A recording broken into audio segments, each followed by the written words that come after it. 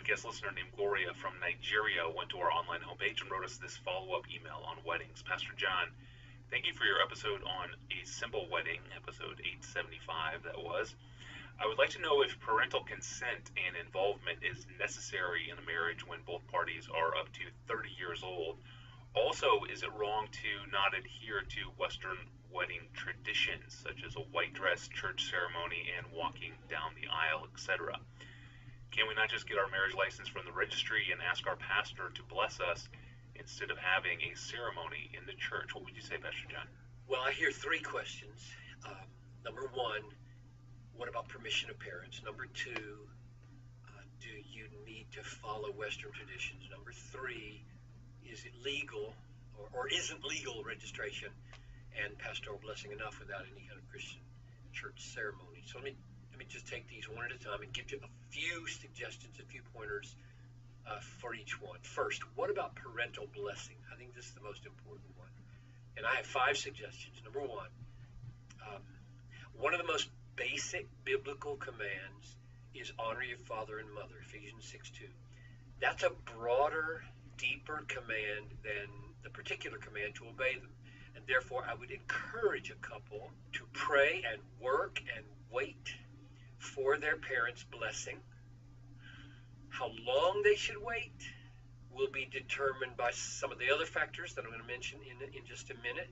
But it's worth waiting for, even if you should wait a long time, but probably not forever. And we should communicate to our parents that we long for their blessing. Many parents will come your way and bless you if they sense, if you show that you are not defiant but eager for their blessings. That's number one. Number two, obedience to parents is not absolute in the Christian life, but rather loyalty to Jesus is. And I'll base that on Matthew 10:35 to 37, where Jesus says, I have come to set a man against his father and a daughter against her mother. Whoever loves mother or father more than me is not worthy of me. So on. In other words, devotion to father and mother is not absolute. Jesus is absolute. Now, that doesn't mean you can do whatever you want to do without reference to your parents, but it does mean that there is a new factor in the world that is greater than allegiance to parents and allegiance to Jesus. Third, we simply must admit that cultural realities in various people groups and tribes play a huge role in how to proceed with a marriage. And I think when Paul said in 1 Corinthians 13:5 that love, I'm going to use King James here, love does not behave itself unseemly. Now that word unseemly means love doesn't blow off traditions. Love doesn't blow off customs. Love doesn't blow off mores. Love does not unnecessarily despise cultural traditions.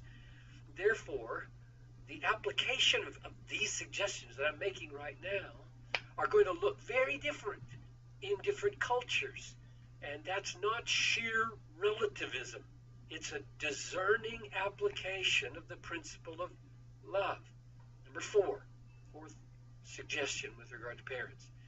If you believe that your loyalty to Jesus is leading you to marry someone and you don't yet have your parents' approval, you need to ask seriously, have my parents really proved themselves to be unfit in making such kingdom judgments?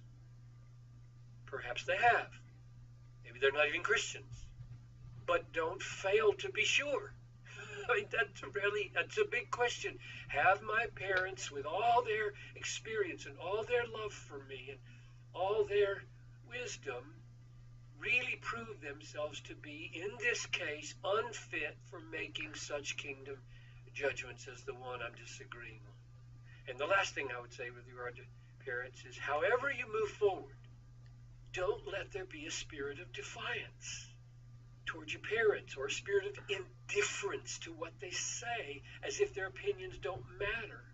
Let there be a spirit of humility and prayer and longing so that they can discern that your desire is for their blessing. So that's the first question she asked. The second question was, do you need to follow Western traditions in this marriage? White dress, church ceremony, walking down the aisle. And the answer is very simple. No, you don't.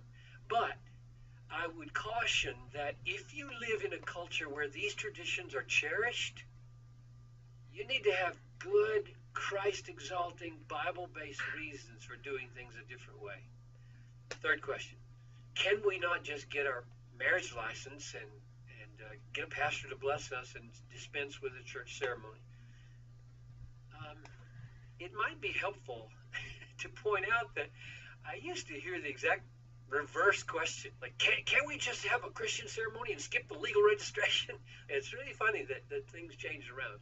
I think my answer to both of those kinds of questions is to encourage young couples not to reinvent the wheel so quickly when dealing with a God-designed chariot as old and venerable and sacred and God-ordained and state-sanctioned as the institution of marriage. I think there's way too much playing around with wedding ceremonies in the name of personal creativity. I think couples should pause and wonder whether they are fit to be so creative with something so majestic and so holy and so ancient as God's order of marriage. It may be that weddings should not express a couple's uniqueness. I think most couples just enter, we gotta show our uniqueness here. Maybe it's exactly the opposite. Maybe you're joining something that has been around for thousands and thousands of years and has its origin in heaven, and the last thing you should be thinking is creativity and uniqueness, but rather we are being given something here. We've been giving admission to something here that God is creating. Let's make it as holy and sacred and joyful and rooted as we can. At least I'd like to change a lot of mindsets with regard to thinking about weddings in this regard. The reason we have Christian ceremonies and legal registrations for marriage is not because the Bible says we have to, but because there are aspects of Christian discipleship which make both of these a matter of wisdom. On the one hand, we're citizens of this world, called to be subject to the authorities that exist in Romans 13 and 1 Peter 2, which means that Christians will not try to get around the legal dimensions of marriage if they don't involve sin. On the other hand, however, it's not the state, it's not the national state that creates a marriage. God does.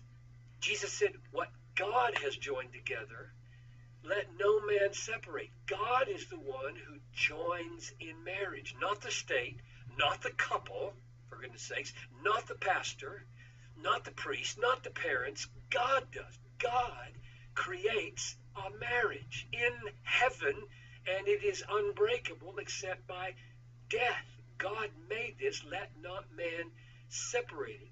So it seems wonderfully suitable to me that there be some kind of Christian solemnizing of this sacred, holy, divine work that can only be broken by death. So my final word to Gloria is cultivate a Bible-saturated, humble spirit of utter allegiance to Jesus, and guard yourself from any roots of self-exaltation or defiance towards parents or towards tradition. Seek the kingdom first, and God will show you the way. That's good. Thank you, Pastor John. And we talked about simple weddings in episode 875. You can check that out in the archive. It's titled Weddings Don't Break the Bank. It's in the archive of past episodes in the APJ app for Apple and Android devices, or at our web home at desiringgod.org/Ask Pastor John. And tomorrow we field a question from a listener who wants to know if embracing medical technology and medicine impedes God's will for our lives and for our suffering. How do we know?